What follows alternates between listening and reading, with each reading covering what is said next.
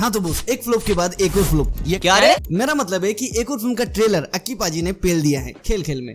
And अब ये movie भी रीमेक है। जी हाँ, मतलब अक्की पाजी से मैं दिल से कहना चाहूंगा कि भाई अब तो नंदू ने भी सिगरेट छोड़ दी होगी, बट आप कभी ये रीमेक्स का चूतियापा छोड़ोगे हैं जी? नंदू हॉस्पिटल के सामने खड़े होकर फूफू कर रहे। तो बोस, खेल खेल में साल 2016 में आई इटालियन फिल्म परफेक्ट स्ट्रेंजर्स का ऑफिशियल रीमेक है, जो कि 15 अगस्त को थिएटर्स में दर्शन देने वाली है। वैसे इसका ट्रेलर जनता को कुछ खास पसंद नहीं आया है और न ही कोई इसके लिए घंटा एक्साइटेड है। बाकी अब या तो अक्की पाजी का नसीब खराब है या ऑडियंस का टेस्ट बदल गया है। वैसे कहते हैं ना कि ना रास्ते साथ देते हैं ना मंजिलें इंतजार करती हैं। अफसोस करें किस बात का जब उम्मीद ही मजाक करती है। सो गुरु, एक टाइम ऐसा था जब अक्षय कुमार का नाम सुनते ही सिर्फ एक चेहरा नजर आता था, मल्टी टैलेंटेड, मतलब एक action hero, romantic hero, comedy king. और कॉमेडी के मामले में तो इनका कोई मुकाबला ही नहीं है। इनके पंचेस, इनकी कॉमिक टाइमिंग और इनके एक्सप्रेशंस, जोर जोर से बोल के लोगों को स्कीमें बता दे। साथ ही ये बंदा हर जोनर में एकदम परफेक्ट बैठता है, फिर चाहे वो कोर्टरूम हो, रोमकॉम हो, पेडमैन जैसी सेक्स एजुकेशन हो या फिर देशभक्ति ही क्यों ना हो। बट मुझे दुख होता है ये कहते हुए कि अभी के टाइम पर उनकी कोई मूवी हिट तो छोड़ो, बजट भी रिकवर नहीं कर पाती। हालांकि बड़े मियां छोटे मियां को लेकर फैंस को उम्मीदें थी कि इस मूवी से अक्षय का कमबैक हो सकता है, क्योंकि उसे शुरू से ही एक बड़ी एक्शन एंटरटेनर के रूप में बेचा गया था। साथ ही डायरेक्टर अली अब्बास जफर का नाम भी इससे जुड़ा हुआ था, जिन्होंने कि सल्लू भाई की सुल्तान और टाइगर जिंदा है जैसी फिल्में डायरेक्ट की हैं। सो इसीलिए फैंस को उम्मीदें भी कुछ ज्यादा ही थी, पर इन दी एंड क्या मिला?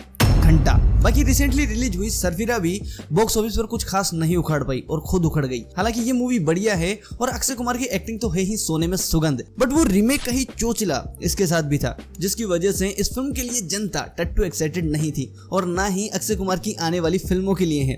हाँ, हेरा फेरी 3 और वेलकम 3 पर फैंस की उम्मीदें लटक रही हैं, पर अब इन मूवीज के डायरेक्टर फरहाद सामजी और अहमद खान हैं, जो कि इन उम्मीदों का पक्का गला घोंट देंगे। सो फिलहाल तो अक्की पाजी का कमबैक करना मुश्किल नहीं, बहुत ज्यादा मुश्किल है। बाकी बोस, आपको भी कभी कभी लगता होगा कि अक्षय के साथ ऐसा क्या गलत हो रहा है या वो ऐसा क्या गलत कर रहे हैं कि लगातार उनकी फिल्में बस फ्लॉप ही जा रही हैं। सो इस वीडियो में हम इसके लॉजिकल और जेन्युइन पॉइंट्स पर बात करेंगे कि ऐसा क्यों हो रहा है, why. So point number 1, different ideology and lack of seriousness. अब अक्षय कुमार कहने में तो एक सुपरस्टार है, पर एक्चुअल में है नहीं। क्या बोल रहा है, पागल है क्या आदमी? आई मीन कि जैसे तीनों खान एंड वो एक्टर जिनकी ज्यादातर फिल्में 200 करोड़ क्लब में शामिल होती हैं, उन्हें ही सुपरस्टार कंसीडर किया जाता है। बट अक्षय पाजी की तो सिर्फ 2 ही फिल्में 200 करोड़ के क्लब में शामिल हुई हैं, गुड न्यूज और मिशन मंगल। एंड वैसे अभी 200 करोड़ तो छोड़ो, इनकी फिल्में अपना बजट भी रिकवर नहीं कर पाती। अरे मुझे चक्कर आने लग गया अब। अक्षय के काम करने का जो स्टाइल है, जो उनकी मेंटेलिटी है, उसमें ही प्रॉब्लम है।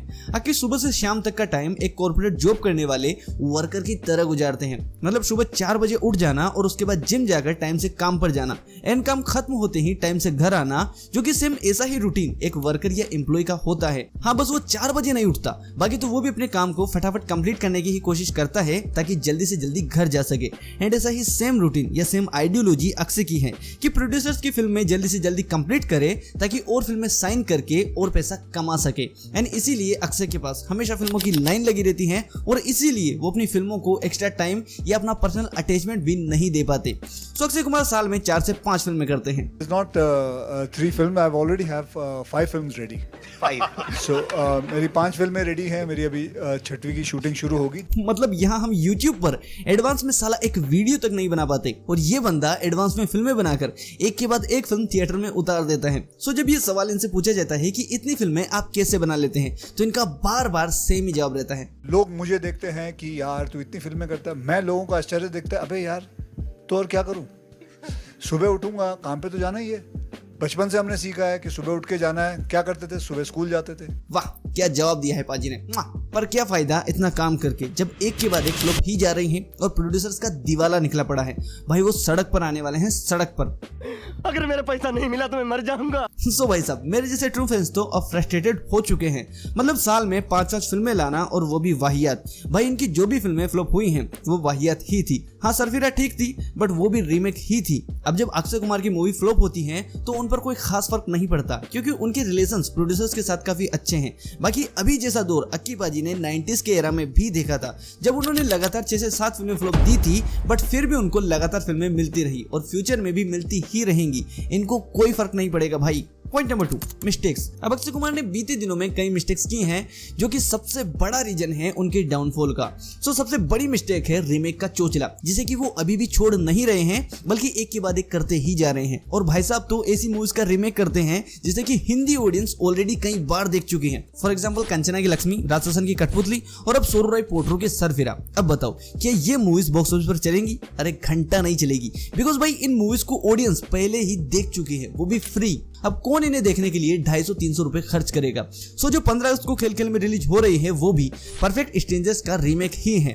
अब वैसे भाई अगर आपको रीमेक ही करना है तो अजय देवगन से सीखो, मतलब उनकी तरह स्मार्टली रीमेक करो। भाई ने भी तो गुजराती फिल्म वश का रीमेक करके शैतान बनाई और बढ़िया भी चली, बिकॉज वश के बारे में किसी को घंटा कुछ नहीं पता था, यहाँ तक कि इस मूवी का नाम तक लोग नहीं जानते थे। चल झूठा। बाकी अक्की के बारे में तुम्हें ये बात काफी शौकीन लगेगी कि वो कभी किसी फिल्म के लिए ना तो अपना वजन बढ़ाते हैं और ना घटाते हैं, कैरेक्टर का एक्चुअल लुक तक अचीव नहीं करते, यहाँ तक कि साला मूछ तक नकली यूज करते हैं। अब मे भी आपको पता है या नहीं, बट सम्राट पृथ्वीराज में इन्होंने मूछें तक नकली यूज की हैं। एंड यहाँ तक कि ये केसरी मूवी को छोड़ने वाले थे बिकॉज मेकर्स ओरिजिनल दाढ़ी की डिमांड कर रहे थे। भाई मुझे तो लगता है कि ये बंदा बस ऐसे ही मुंह धोकर सेट पर जाता है और एक्टिंग शुरू करता है। इन्हें ये समझ नहीं आता कि कैरेक्टर की डिमांड के अकॉर्डिंग चीजें करनी पड़ती हैं, तब जाकर ऑथेंटिसिटी आती है, तब लगता है कि हाँ वाकई में कैरेक्टर सामने खड़ा है न कि एक्टर। बाकी हम तो ऑथेंटिक लुक अचीव करने की बात कर रहे हैं, पर यह बंदा तो अपनी फिल्मों की स्क्रिप्ट तक नहीं पढ़ता। राजदूत भैया मेघदूत हाँ जो भी दूत हो, ठीक है खड़े हो जाओ। इन्हीं कुछ रीजंस और उनके वर्किंग स्टाइल की वजह से आई थिंक उनका ये डाउनफॉल देखने को मिल रहा है। Point number 3, lack of time. अब जहां तक अक्षय कुमार के कमबैक की बात रही तो वो अगले 2 साल तो कमबैक कर ही नहीं सकते, बिकॉज उन्होंने अभी के टाइम पर मैक्स प्रोबेबली 10 से 12 फिल्में तो साइन कर ही रखी होंगी, जिससे आने वाले 2 साल तो शेड्यूल फुल पैक्ड है। एंड भाई कमबैक करना है तो अपने काम करने का स्टाइल बदलना पड़ेगा, आइडियोलॉजी बदलनी पड़ेगी, अपनी हरकतें बदलनी पड़ेगी, एंड ये सब करने के लिए टाइम लगता है, फ्री टाइम।